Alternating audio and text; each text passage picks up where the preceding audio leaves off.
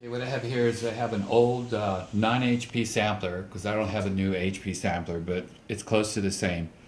What we need to do is take these two screws out here, take this cover off like this. We're going to remove this cover. And what we're going to do now is take the escapement out. So let's pause for a second while I take that out. I have to take these screws out here and here, all these screws. When I get all that done, then we'll come back. Okay, here we have the clock disassembled, the gear train, and the escapement out. Here's the escapement right here, and we're going to oil that. This clock does not have ball bearings in it, it has jewels in it. And the HP clock has ball bearings in it, which reduces the friction, makes it a better clock. But I don't have one to show you. So now what we're going to do is we want to oil some points on the escapement.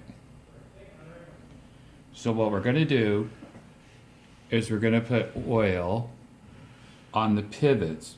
So we're going to put a drop of oil and a drop of oil there and a drop of oil there.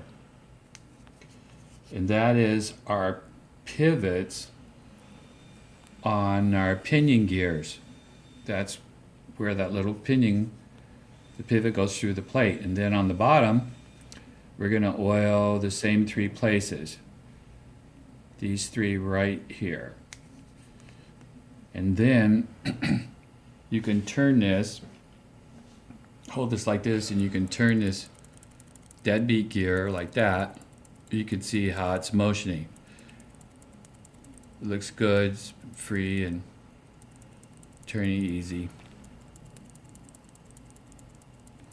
The important thing is not to get oil on this hairspring right here. If you get oil on that spring, the coils will stick together and then it won't run right, the clock will stop.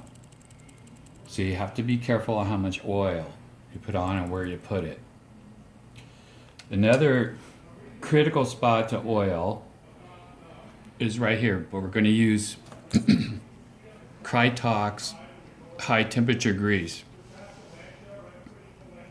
And we want to apply this grease onto this area right here, all the way around here, like this, to make this go up and down freely.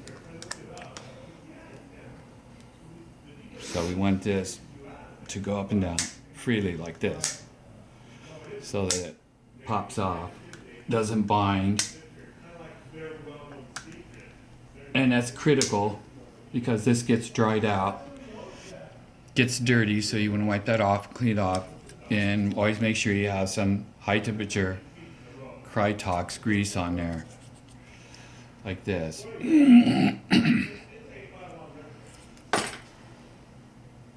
That's pretty much the most critical areas you need to oil and grease are the escapement pivot areas, top and bottom, and we would put some Krytox grease on here on the time drum so it pops up and down freely, so that when the clock runs down it snaps off and triggers it, you know, like that.